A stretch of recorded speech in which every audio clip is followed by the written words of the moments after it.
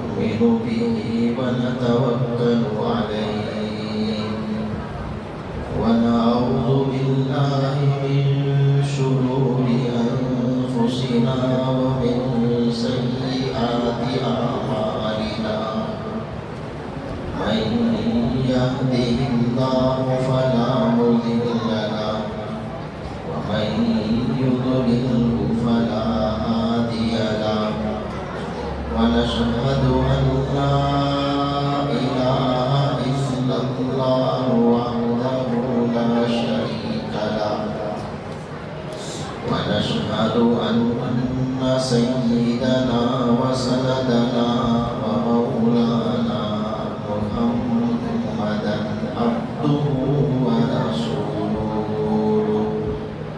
صلى الله تعالى على خير خلقه محمد وعلى آله وأصحابه أجمعين أما بعد فأعوذ بالله من الشيطان الرجيم بسم الله الرحمن الرحيم الرحمن علم القرآن خلق الإنسان علمه البيان والشمس والقمر يسجدان صدق الله مولانا العظيم بزرگان محترم برادران اسلام عزیز دوستو سب سے پہلے میں مبارکبادی دینا چاہوں گا اس مدرسے کے ناظم محترم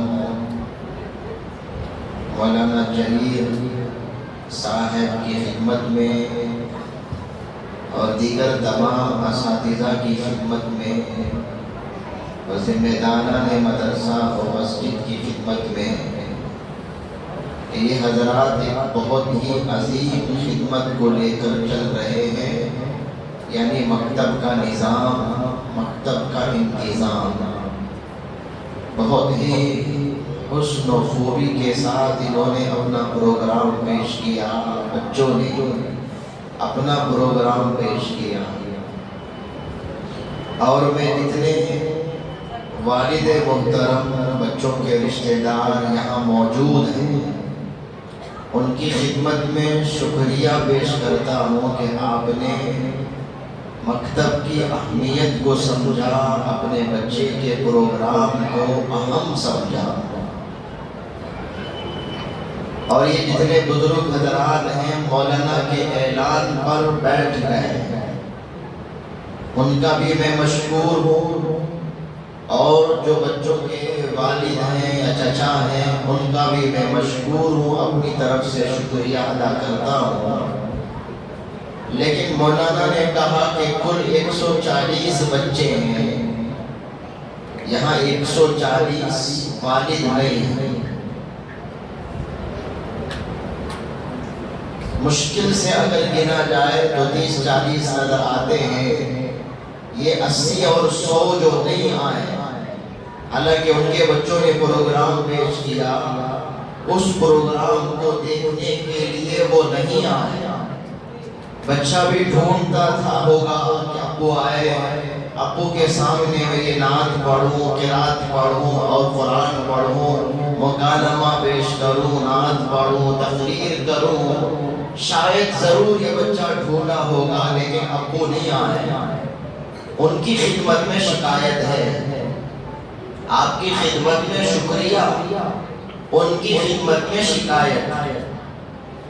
یہ ضرور یہ شکایت انشاءاللہ یہ کان سے 2 کان، 2 کان سے 3 کان ہو کر کے یہ شکایت ضرور پہنچے گی۔ آپ کی ذمہ داری ہے، ان بچوں کی ذمہ داری ہے اپنے ابو کی خدمت میں یہ شکایت ضرور پہنچائیں۔ اگر یہی پروگرام اسکول کا ہوتا، بچہ کسی پروگرام میں پارٹیسپیٹ ہوتا، ضرور ابو آتے، فقط ابو نہیں، چچا بھی آتے ہیں، ماموں بھی آتے ہیں، نانا دادا بھی آ جاتے ہیں، ابو اپنے دوستوں کو بھی لے کر آتا۔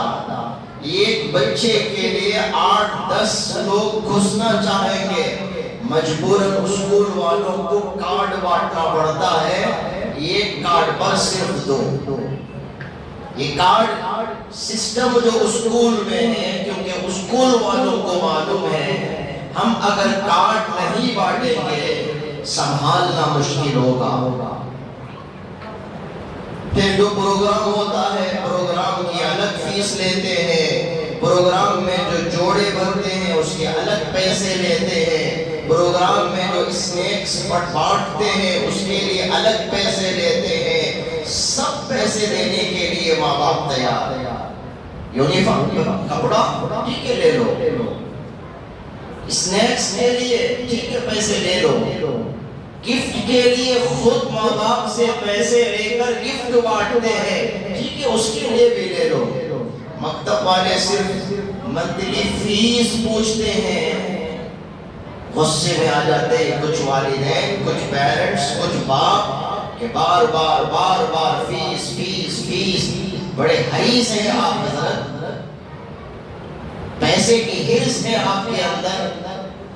400-300 کی فیس اگر مکتب والے مانگتے ہیں تو غصہ آتا ہے، اسکول والے 1000-2000 بھی مانگتے ہیں اور مزید دینے کے لیے بھی تیار ہوتے ہیں۔ ان کی خدمت میں شکایت ہے، آپ کی خدمت میں شکریہ ہے، ان حضرات کی خدمت میں مبارکبادی ہے۔ دوسری بات، میں نے مولانا سے ایک شرط لگائی کہ میں اس شرط پر آؤں گا کہ یہاں ویڈیوگرافی نہیں ہوگی، تصویر کشی نہیں ہوگی۔ الحمدللہ انہوں نے اس کا لحاظ کیا، ذمہ داروں نے بھی اس کا لحاظ کیا۔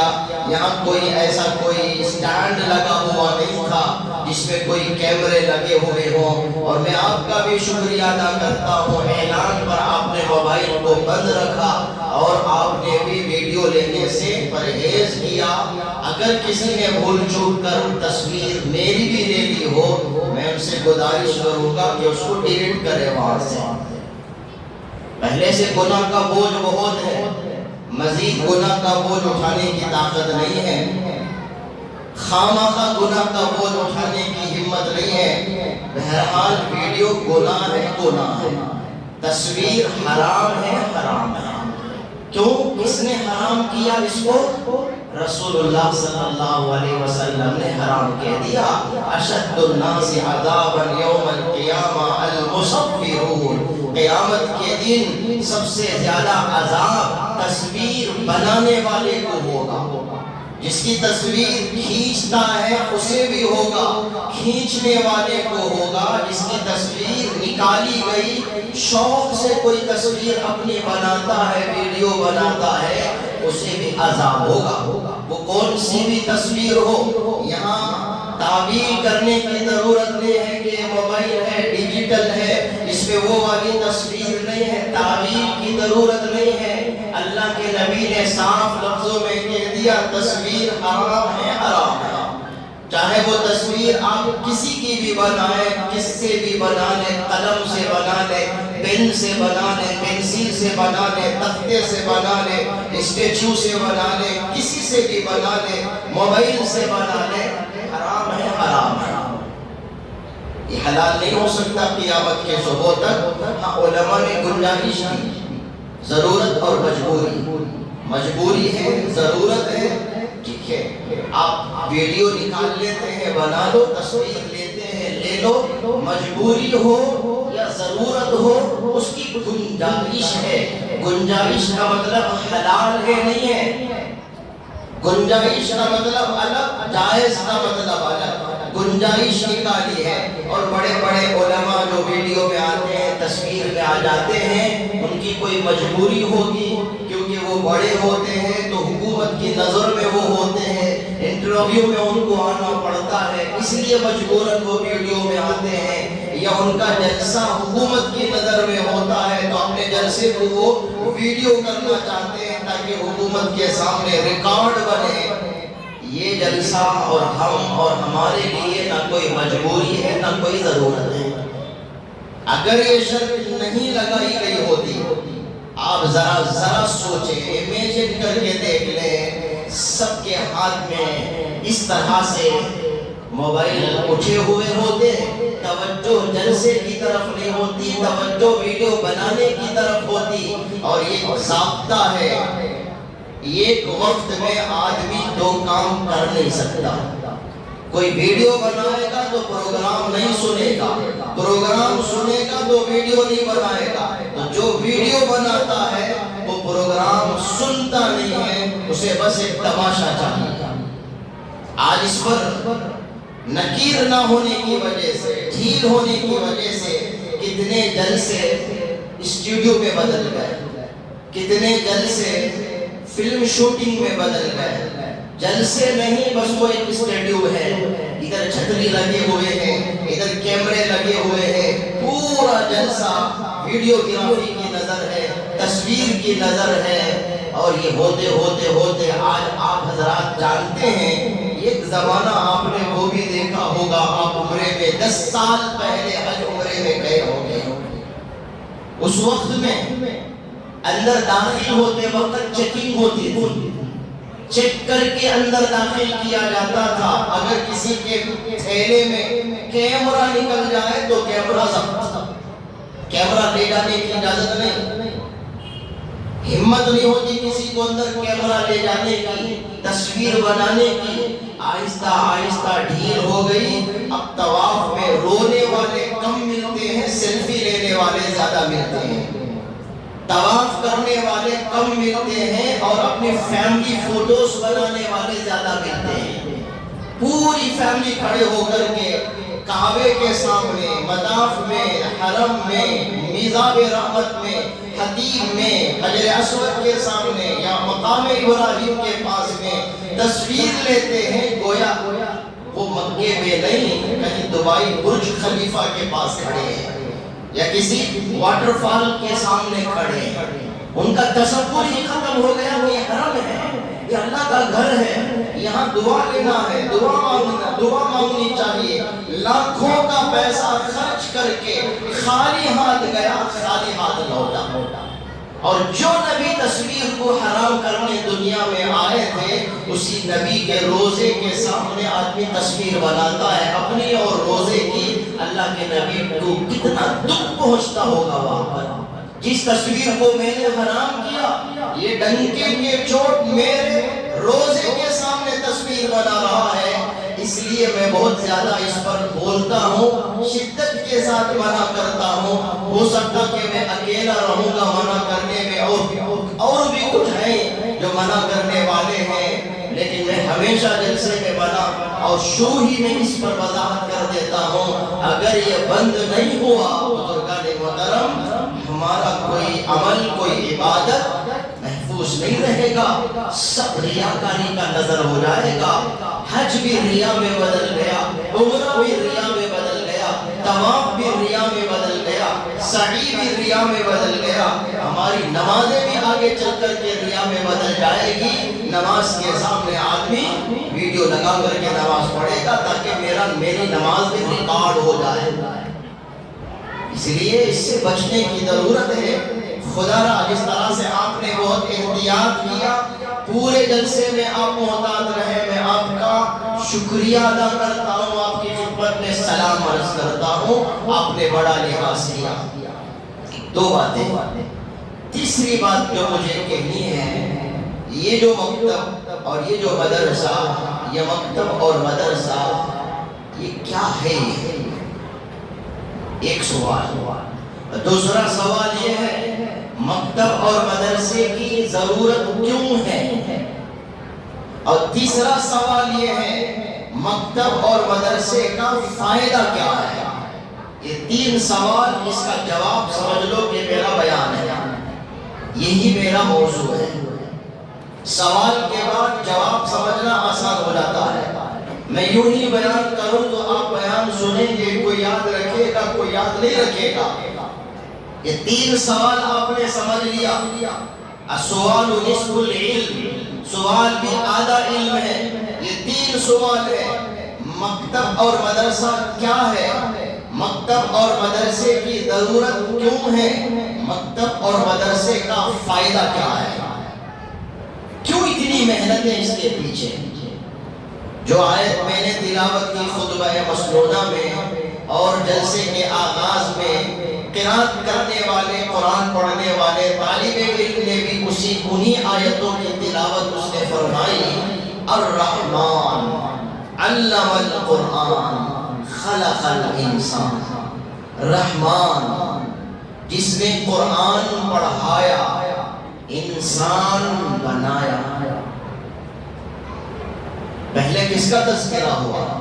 قرآن پڑھایا، انسان بنایا۔ حالانکہ ہوتا کیا ہے؟ پہلے بچہ پیدا ہوتا ہے، وہ بچہ کس کا؟ انسان کا بچہ انسان ہے، اس کی آنکھیں ہیں، اس کی زبان ہے، اس کے کان ہیں، اس کے ہاتھ پیر ہے، انسان کا پورا بدن ہے۔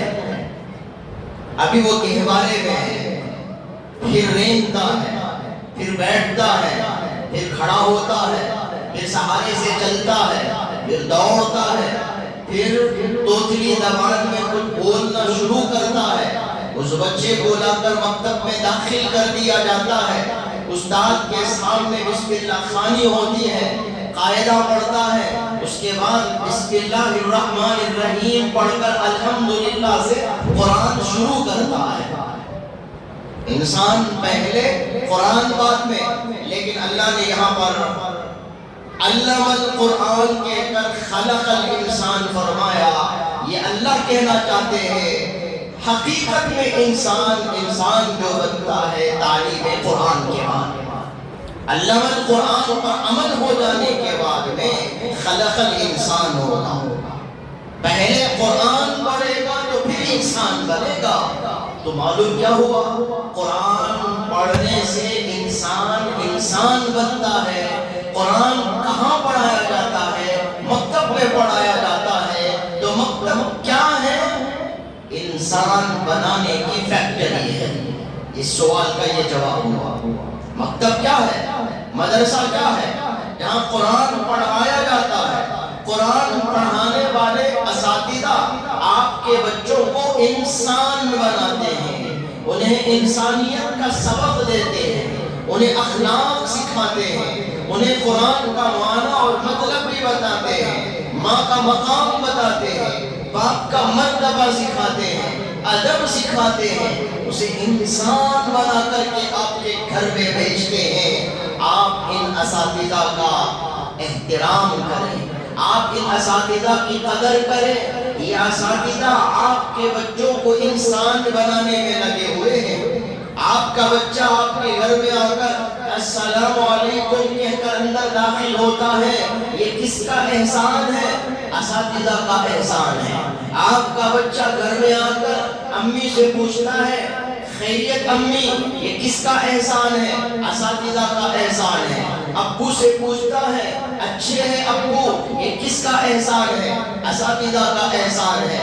آپ کے بچے جو بھی اچھا کام گھر میں کرتے ہیں، کون سکھاتا ہے انہیں؟ اساتذہ سکھاتے ہیں۔ ان کو جو نصاب دیا گیا اس نصاب میں آداب سکھاتے ہیں، وہ اخلاق سکھاتے ہیں، وہ معاشرت سکھاتے ہیں، وہ عبادت سکھاتے ہیں، وہ دین سکھاتے ہیں، وہ سکھاتے آپ کے بچوں کو انسان بنا رہے ہیں۔ یہ تو مکتب اور مدرسہ انسان بنانے کی فیکٹری ہے۔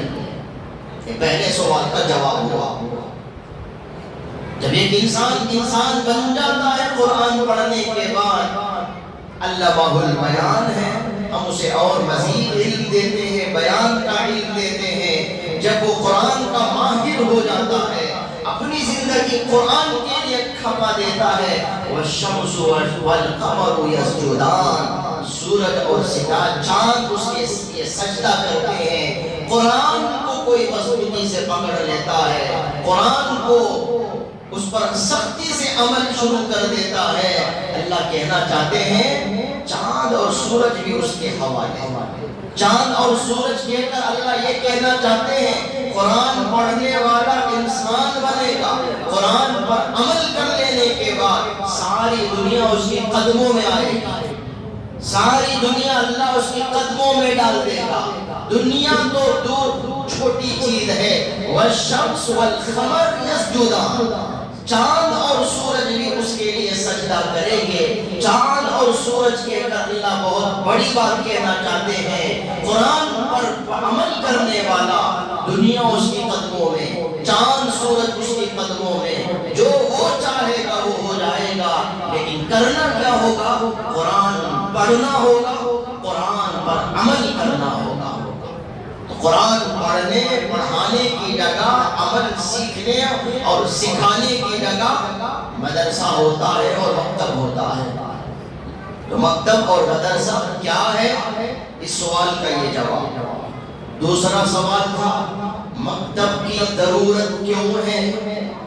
کیوں ہے مکتب کی ضرورت؟ آج علماء اس پر بہت زور دے رہے ہیں. ہر مسجد میں مکتب قائم کرو, مکتب کو منظم کرو, مکتب کو بالکل ماڈل کرو, مکتب کو بہترین سے بہترین بناؤ, اور مکتب سے ہر بچہ جڑے, ہر مرد جڑے, ہر عورت جڑے, ہر ایک مکتب سے جڑ جائے. مکتب کی اتنی اہمیت کیوں ہے؟ اس کی ضرورت کیوں ہے؟ یہ سوال ہے. اس کا جواب سمجھنے کے لیے میں آپ کے سامنے ایک واقعہ بیان کرتا ہوں. حجت الاسلام حضرت مولانا قاسم صاحب نانوتوی رحمۃ اللہ علیہ نے فرمایا ایک زمانہ وہ تھا ہمارے پاس حکومت بھی تھی اور ایمان بھی تھا.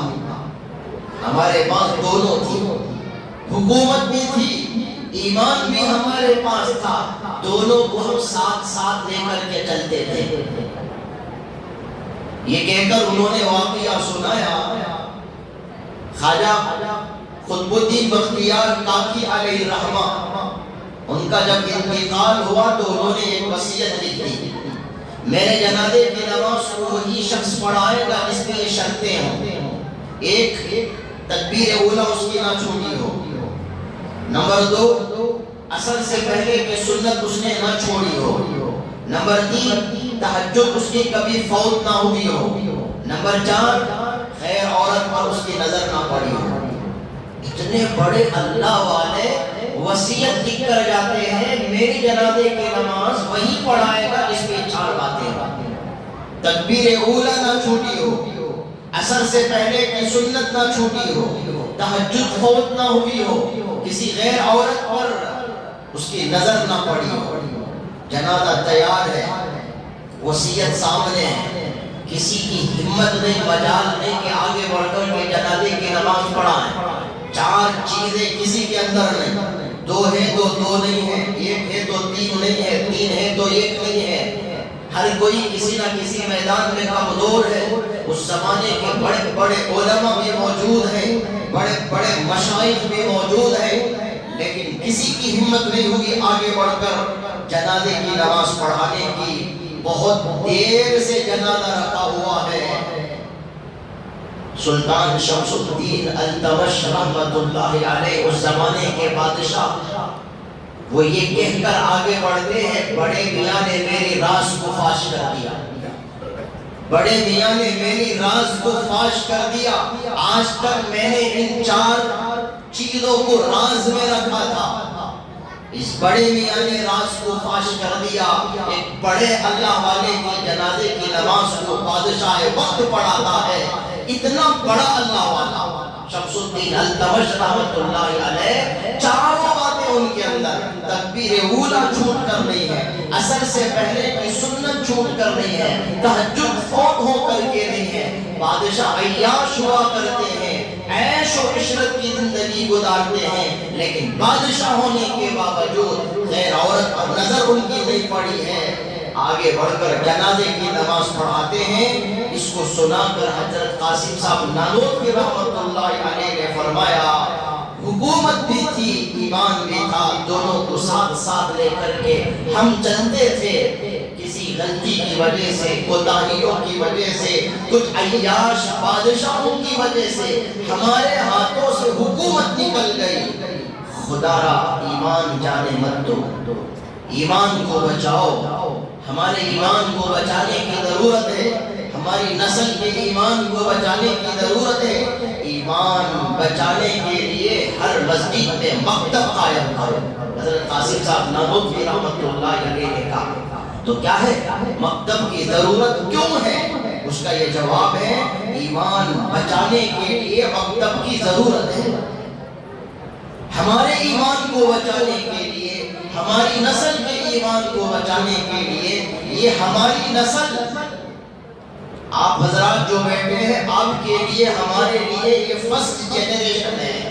بزرگ حضرات جو بیٹھے ہوئے ہیں ان کے لیے یہ سیکنڈ جنریشن ہے۔ ہماری نسل فقط یہ نسل نہیں ہے، ان کی اولاد، اولاد کی اولاد، اولاد کی اولاد کی اولاد، قیامت تک ان سے جو اولاد نسل جو چلے گی وہ سب ہماری اولاد ہے۔ ان سب کے ایمان کو بچانے کے لیے پہلے ہم ان کو ایمان بنا کر کے رکھیں گے، یہ اپنی اولاد کو مومن بنائیں گے، وہ بھی ان کی اولاد کو مومن بنائیں گے۔ قیامت میں محشر کے میدان میں ہم کو لا کر کے کھڑا کیا جائے گا، ہم مڑ کر دیکھیں گے ہمارے بچے بھی مومن، بچوں کے بچے بھی مومن، بچوں کے بچوں کے بچے بھی مومن، قیامت تک جو ہمارے بچے چلے ان سب کو ہم مومن پائیں گے۔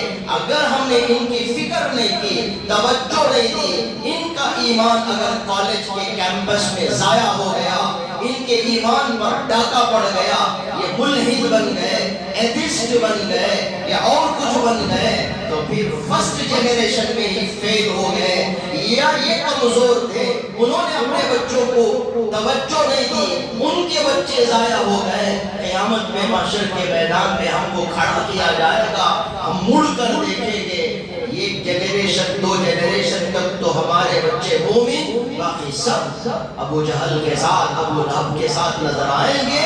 ان بچوں کو بچانا ہماری ذمہ داری، ان بچوں کو بچانے کی جگہ مکتب ہے، ان بچوں کو بچانے کی جگہ مدرسہ ہے، ان بچوں کو بچانے کی جگہ، ہمارے ایمان کو بچانے کی جگہ مکتب اور مدرسہ اور علماء، جہاں علماء بیٹھ کر پڑھاتے ہیں۔ علماء سے جب تک ہم جڑ کر رہیں گے ہمارا ایمان بچے گا۔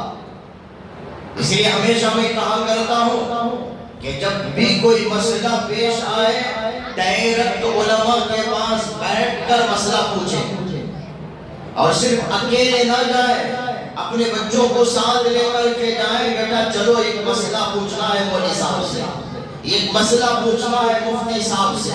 بچے کو ساتھ لے کر جائیں، علماء کے سامنے بیٹھ کر سوال کرے، بچہ دیکھے گا اچھا کوئی مسئلہ ہو جائے تو مولانا سے پوچھنا ہے، کوئی مسئلہ ہو جائے تو مفتی صاحب سے پوچھنا ہے، تو وہ نقل کرے گا، کاپی کرے گا۔ وہ بڑا ہوگا تو کیا کرے گا؟ اپنا مسئلہ مولانا سے پوچھے گا، مفتی صاحب سے پوچھے گا۔ اگر ہم نے کوئی مسئلہ ہو گیا، ہم نے موبائل کو آن کیا اور اس طرح سے گوگل میں جا کر کے ہم نے مسئلہ سرچ کیا اور بچہ بیٹھ کر دیکھ رہا ہے، اچھا کوئی مسئلہ ہو جائے تو گوگل سے پوچھنا چاہیے، اچھا کوئی مسئلہ ہو جائے یوٹیوب پہ جا کر کسی چینل میں چیک کر لینا چاہیے۔ آگے چل کر بچہ کیا کرے گا؟ وہ جا کر کے یوٹیوب میں چیک کرے گا، گوگل پہ چیک کرے گا۔ آپ کو معلوم ہونا چاہیے 80% سے زیادہ بربادی یوٹیوب کے اندر ہے، نیٹ کے اندر ہے، انٹرنیٹ کے اندر ہے۔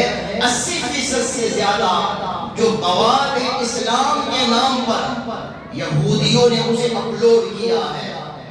اگر ہم نے یوٹیوب کا سہارا لیا، فقط گوگل کا سہارا لے لیا، چیٹ جی پی ٹی کا سہارا لے لیا، جیمنی کا سہارا لے لیا، یہ آئی کا سہارا لے لیا، اب آنے والی سب جنریشن اس کے حوالے ہو جائے گی۔ ایک سازش کے تحت علماء سے کاٹنے کے لیے یہ سب کچھ ہے۔ علماء سے کٹیں گے تو ایمان کمزور ہوگا، ایمان کمزور ہوگا تو پھر ہمارے بچوں کا ایمان بچنا ممکن نہیں ہے۔ اس لیے ہمارا تعلق مسجد سے، مکتب سے، مدرسوں سے، علماء سے، مفتیان کرام سے، مشائخ سے، اللہ والوں سے جتنا مضبوط رہے گا اتنا ہمارا ایمان مضبوط رہے گا۔ یہی سلسلہ حضور کے زمانے سے چلا آ رہا ہے۔ رسول اللہ صلی اللہ علیہ وسلم سے صحابہ لگے ہوئے تھے، صحابہ سے تابعین لگے ہوئے تھے، تابعین سے تبع تابعین لگے ہوئے تھے۔ اسی طرح سے سیکھتے سکھاتے پڑھتے پڑھاتے آج ہم جو ہے ہم بھی کسی سے سیکھے ہوئے ہیں، ہمارے بچے بھی کسی سے سیکھیں گے، ان کا ایمان بچے گا۔ ایمان بچانے کے لیے مکتب کی ضرورت ہے۔ یہ دوسرے سوال کا جواب ہوا۔ تیسرا سوال، مکتب کا فائدہ کیا ہے؟ کیا ہے فائدہ؟ اتنا زور جو دیا جاتا ہے، کیا فائدہ ہے مکتب کا؟ بزرگان محترم، ہماری عمر بہت چھوٹی، 60 سال 70 سال 60 سال جن کے ہو چکے وہ تو بونس میں چلتے ہیں، خود بھی تسلیم کرتے ہیں، دوست احباب بھی کہتے ہیں 60 کے بعد بھئی بونس میں چل رہے ہو، تو 60-70 کے بیچ میں ہماری عمر ہے۔ وہ بھی اس زمانے کے میں تھے، اس زمانے میں تو اس کی بھی کوئی گارنٹی نہیں ہے۔ کھاد اتنی کمزور، کھانا اتنا بیکار، فالتو کھانا ہم کھاتے ہیں، ہمارے نوجوان کھاتے ہیں، چھوٹی چھوٹی عمر میں ہارٹ اٹیک، چھوٹی چھوٹی عمر میں شوگر، چھوٹی چھوٹی عمر میں بی پی، پتہ نہیں کیسی کیسی بیماریوں کا ہم شکار۔ تو ہم تو جائیں گے، چھوٹی عمر لے کر ہم دنیا میں آئے، ثواب ہم نے جو کمایا ہمیں معلوم ہے کہ ہم نے کیا کمایا، آخرت کے لیے ہم نے کیا جمایا۔ اگر ہم نے ان بچوں کو بنا دیا، یہ بچے ہمارے اس دنیا سے چلے جانے کے بعد قل پڑھیں گے تو ثواب ملے گا، سورہ فاتحہ پڑھیں گے تو ثواب ملے گا، تسبیح پڑھیں گے تو ثواب ملے گا۔ وہ نانا جو اپنے نواسے کو مکتب چھوڑ کر کے گیا تھا، اس کا انگلی پکڑ کے مکتب لا کر چھوڑ کر کے جانا ضائع نہیں جائے گا۔ بچہ قرآن پڑھ لے گا، قیامت تک لکھنے والے فرشتے نانا کے نام اعمال میں ثواب لکھتے رہیں گے۔ زیادہ تر مائیں اپنے بچوں میں اچھا رول ادا کرتی ہیں۔ جتنے بچے قرآن پڑھنے آتے ہیں یہ ماؤں کی وجہ سے ہے، اور ہم نے بھی جو قرآن پڑھا ہے کچھ سیکھا ہے ہماری ماؤں کی وجہ سے، ان کی فکروں کی وجہ سے۔ باپ کو کم فکر ہوتی ہے، ماں کو زیادہ فکر ہوتی ہے۔ اگر بچے قرآن پڑھ لیں گے، دین سیکھ لیں گے، تو ہمارے مرنے کے بعد یہی بچے کام آئیں گے، پڑھ کر کے بخشیں گے، ثواب پہنچائیں گے، قدر کریں گے۔ ورنہ کتنے نوجوان وہ نوجوان جنازے کی نماز کے لیے جنازہ حاضر ہے، کچھ نوجوان مسجد کے باہر انتظار کرتے ہیں، جب ان سے کہا جاتا ہے کہ بھائی آ جاؤ نماز پڑھ لو، کس کا جنازہ ہے؟ کوئی کہتا نانا کا ہے، کوئی کہتا دادا کا ہے، کوئی کہتا ہے ابو کا ہے، کوئی کہتا ہے فلاں کا ہے، نماز پڑھ لو۔ نہیں حضرت، معاف کرنا باقی نہیں ہے۔ بیٹے نے باپ کی جنازے کی نماز نہیں پڑھی، ایسا بھی ہوا۔ نواسے نے نماز جنازہ نہیں پڑھی، پوتے نے نماز جنازہ نہیں پڑھی، جنازے کی نماز اس نے نہیں پڑھی ہے۔ جنازے کے بعد قبر میں اتار دینے کے بعد وہ ہمارے کیا کام آئے گا؟ ڈھونڈے گا کچھ لوگوں کو نانا کے لیے پڑھ کر کے بخشوا دوں، کب تک پڑھ کر کے دوسروں کے ذریعے پڑھا کر کے بخشوائے گا؟ یا زیادہ سے زیادہ 10 روپے کا پھول لیتا ہے، شب برات کا انتظار کرتا ہے، 10 روپے کا پھول قبر پر ڈال کر کے مطمئن ہو جاتا ہے ابو کا حق میں نے ادا کر دیا۔ ابو نے اس کے لیے پراپرٹی چھوڑی تھی، ابو نے اس کے لیے مکان چھوڑا تھا، ابو نے اس کے لیے فیکٹری چھوڑی تھی، ابو نے اس کے لیے کارخانہ چھوڑا تھا، ابو نے اس کے لیے دکان چھوڑی تھی، اور ابو کے انتقال کے بعد ابو کے لیے کیا کرتا ہے؟ 10 روپے کا پھول۔ یہ کیوں؟ اس لیے کہ ہم نے اسے سکھایا نہیں، اسے پڑھایا نہیں، ایصال ثواب کا طریقہ اسے سمجھایا نہیں۔ سورہ فاتحہ پڑھ کر بخش سکتا تھا، قل پڑھ کے بخش سکتا تھا، تسبیح پڑھ کے بخش سکتا تھا، دعا کر کے بخش سکتا تھا، کچھ نہیں کیا۔ یہ ہماری کوتاہیوں کی وجہ سے ہو جائے گا۔ اس لیے مکتب کا فائدہ، مدرسے کا فائدہ، ہمارے بچے ہمارے قابل بنیں گے، ہمارے بچے ہمارے لائق بنیں گے، مکتب میں ہم پڑھائیں گے، فرما بردار بیٹا ملے گا، فرما بردار بیٹی ملے گی، فرما بردار بھائی ملے گا، شفقت کرنے والا بھائی ملے گا، عزت کرنے والا بھائی ملے گا، محبت کرنے والی بھائی ملے گی، شادی ہونے کے بعد حق ادا کرنے والا شوہر وہ بنے گا، اور حق ادا کرنے والی وہ بیوی بنے گی۔ یہ سب کب ہوگا؟ علم آ جانے کے بعد دینی تعلیم کے ذریعے سے ہوگا۔ یہ ہے مکتب کا فائدہ، یہ ہے میرٹس آف مکاتب، اور یہ ہے ایڈوانٹیجز آف مکاتب، یہ ہے مکتب کی پروفٹ اور نفع۔ اس لیے اس کو ہلکا نہ سمجھیں، اہمیت کے ساتھ اس کو اور پروان چڑھانے کی، سب کو فکر کرنے کی ضرورت ہے۔ ذمہ داروں کو بھی چاہیے اسے اور زیادہ اپ گریڈ کرے، اساتذہ کو بھی چاہیے اور زیادہ بہتر سے بہتر بنائے۔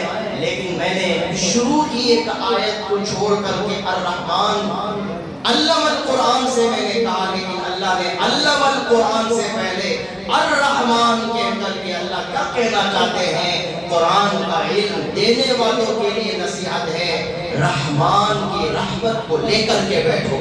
پڑھانے والے جلاد بن کر کے نہیں پڑھائیں گے، ذمہ دار حضرات، کمیٹی والے، مکتب چلانے والے جلاد بن کر کے نہیں رہیں گے، ناظم جلاد نہیں بنے گا، استاد جلاد نہیں بنے گا، اس کو تو الرحمن کی صفت کو لے کر کے بیٹھنا ہوگا، رحمت اپنے دل میں لے کر بیٹھنا ہوگا۔ ماں کی رحمت، باپ کی رحمت، استاد کی رحمت، ناظم کی رحمت، سب کی رحمت ملے گی۔ علم القرآن آسان ہوگا، پھر خلق الانسان بچہ بنے گا، پھر علمہ البیان اللہ اسے دے گا، پھر الشمس والقمر یسجدان، ساری دنیا اس کے قدموں کے نیچے آئے گی۔ اس لیے مکتب بہت اہم، مکتب بہت اہم، اس کی اہمیت کو سمجھنے کی ضرورت ہے۔ میں انہی چند کلمات پر اپنی بات ختم کرنا چاہتا ہوں۔ کہی ہوئی باتوں پر، سنی ہوئی باتوں پر ہم سب کو عمل کرنے کی توفیق نصیب فرمائے۔ وآخر دعوانا ان الحمد للہ رب العالمین۔